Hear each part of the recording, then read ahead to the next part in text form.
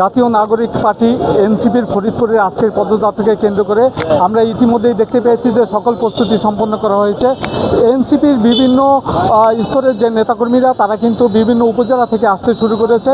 তো আমরা আরেকটি বিষয় জানিয়ে রাখি যে সেটি হলো যে এনসিপির আজকের যে পদযাত্রা ফরিদপুরে, সেই পদযাত্রা যারা কেন্দ্রীয় নেতৃবৃন্দ রয়েছেন তারা কিন্তু ইতিমধ্যে খুলনা থেকে রওনা দিয়েছেন। আমরা যতদূর জানতে পেরেছি যে ফরিদপুরে তারা 12টার মধ্যে এসে পৌঁছবেন।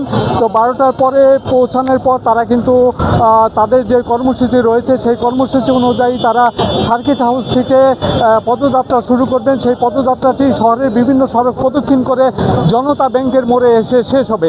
জনতা ব্যাংকের মোড়ে তারা পথসভা করবেন, সেখানে কেন্দ্রীয় নেতৃবৃন্দ বক্তব্য রাখবেন, স্থানীয় নেতৃবৃন্দ বক্তব্য রাখবেন, এমনটি আমরা জানতে পেরেছি।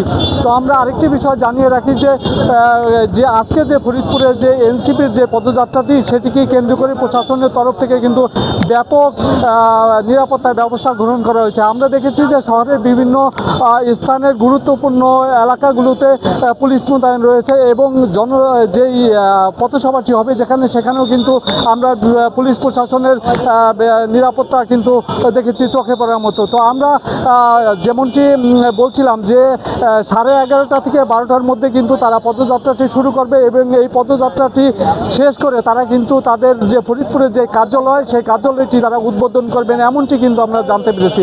তো এই ছিল ফরিদপুর থেকে আমার কাছে এনসিপির পদযাত্রার সর্বশেষ খবর।